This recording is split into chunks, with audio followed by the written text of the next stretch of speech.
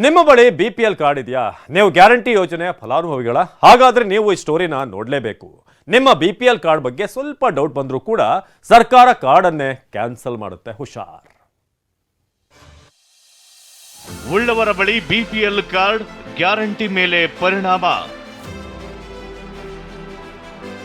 ಕಾರ್ಡ್ಗಳೇನಾಗಿದೆ, APL ಇರೋರೆಲ್ಲ BPL ಅವರಿದ್ದಾರೆ. ನಕಲಿ BPL ಕಾರ್ಡ್ದಾರರಿಗೆ ಶೀಘ್ರದಲ್ಲೇ ಬೀಳಲಿದೆ ಕತ್ತರಿ. ಎನ್ಕ್ವೈರಿ ಮಾಡಿಸಿದೆ, ರಿಪೋರ್ಟ್ ಈಗ ಸದ್ಯಕ್ಕೆ ಬರ್ತಾ ಇದೆ.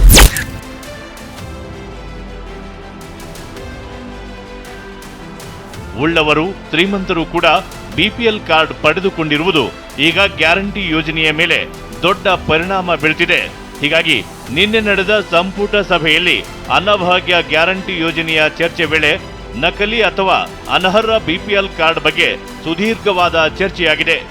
ಸರ್ಕಾರ ಶೀಘ್ರದಲ್ಲೇ BPL ಕಾರ್ಡ್ದಾರರ ಹಿನ್ನೆಲೆ ಪರಿಶೀಲಿಸಲು ಚಿಂತಿಸುತ್ತಿದೆ. ನಿನ್ನೆ ನಡೆದ ಸಂಪುಟ ಸಭೆಯಲ್ಲಿ ಆಹಾರ ಮತ್ತು ನಾಗರಿಕ ಸರಬರಾಜು ಸಚಿವ KH ಮುನಿಯಪ್ಪ ಹೆಚ್ಚುವರಿ ಅಕ್ಕಿ ಬದಲಾಗಿ ಬೇಳೆಕಾಳು, ಎಣ್ಣೆ ಕಿಟ್ ಪ್ರಸ್ತಾಪ ಇಟ್ಟಿದ್ರು. ಇದಕ್ಕೆ ಹಿರಿಯ ಸಚಿವರುಗಳು ಆಕ್ಷೇಪ ವ್ಯಕ್ತಪಡಿಸಿದ್ದಾರೆ. ಮೊದಲಿಗೆ BPL ಕಾರ್ಡ್ ಸರಿ ಮಾಡಲೇಬೇಕು ಎಂದು ಒತ್ತಾಯಿಸಿದ್ದಾರೆ. ನೀತಿ ಆಯೋಗ ಈಗಾಗಲೇ ರಾಜ್ಯದ BPL ಕಾರ್ಡ್ ಬಗ್ಗೆ ಸಂಶಯ ವ್ಯಕ್ತಪಡಿಸಿದೆ. ರಾಜ್ಯದ 1,13,00,000 ಕುಟುಂಬಗಳು BPL ಕಾರ್ಡ್ ಹೊಂದಿದ್ದು, ಒಟ್ಟು ಜನಸಂಖ್ಯೆಯ 85% ಮಂದಿ ಕಡು ಬಡವರೆಂದು ಘೋಷಿಸಿಕೊಂಡಂತೆ ಆಗಿದೆ.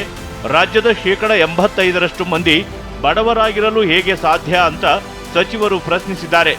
ನಕಲಿ ಕಾರ್ಡ್ಗಳನ್ನ ಹೀಗೆ ಬಿಟ್ರೆ ಸರ್ಕಾರಕ್ಕೂ ಭಾರಿ ನಷ್ಟವಾಗಲಿದೆ. ಅರ್ಹ ಫಲಾನುಭವಿಗಳಿಗೆ ನ್ಯಾಯ ಸಿಗುವುದಿಲ್ಲ.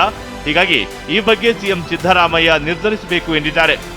ಈ ವೇಳೆ ಮಾತನಾಡಿದ ಸಿಎಂ, ಈ ಬಗ್ಗೆ ಸೂಕ್ತ ನಿರ್ಧಾರ ಮಾಡೋಣ ಎಂದಿದ್ದಾರೆ. ಬಳಿಕ ಸದ್ಯ ಬೇಳೆಕಾಳು, ಎಣ್ಣೆ ಬದಲಾಗಿ ಹೆಚ್ಚುವರಿ ಅಕ್ಕಿ ಹಣವನ್ನೇ ಕೊಡೋಣ ಎಂದು ತೀರ್ಮಾನಿಸಲಾಗಿದೆ. ಏನು ಎಕ್ಸಿಸ್ಟಿಂಗ್ ಸಿಸ್ಟಮ್ ಇದೆ DBT, ಆ DBTಯನ್ನು ಅಂದರೆ ನಾವು 34 ರೂಪಾಯಿ kg ಹೆಂಗೆ 120ವರೆಗೆ ಕೊಡ್ತೇವಲ್ಲ, ಅದು ಕಂಟಿನ್ಯೂ ಆಗ್ತದೆ. DBT will continue. ಅರ್ಧ kg ಸೂರ್ಯಕಾಂತಿ ಎಣ್ಣೆ ಮತ್ತು ಅರ್ಧ kg ಸಕ್ಕರೆಗೊಂಡ ಆಹಾರ ಕಿಟ್, ಫುಡ್ ಕಿಟ್ ವಿತರಿಸೋದ್ರ ಬಗ್ಗೆ ಮತ್ತೊಂದು, ಈ ರೀತಿಯಾಗಿ ಅವರು ಪ್ರಸ್ತಾವನೆಗಳಿದ್ದು, ಆ ಪ್ರಸ್ತಾವನೆಗಳಲ್ಲಿ 170 ರೂಪಾಯಿ ಏನು ಹಣ DBT ಇದೆ, ಆ DBT ಪದ್ಧತಿಯನ್ನು ಮುಂದುವರಿಸೋದಕ್ಕೆ ನಿರ್ಣಯಿಸಿದೆ. ಇಲ್ಲವೇ ಸರ್ ಎನ್ನುತ್ತಿದ್ದ ಸಚಿವರ ಮೇಲೆ ಸಿಎಂ ಗರಂ. ಸಂಪುಟ ಸಭೆಯಲ್ಲಿ ಸಿಎಂ ಸಚಿವರ ಬಳಿ ಕಡತವೊಂದಕ್ಕೆ ಸಂಬಂಧಿಸಿದಂತೆ ಹೆಚ್ಚುವರಿ ಮಾಹಿತಿ ಕೇಳ್ತಾರೆ.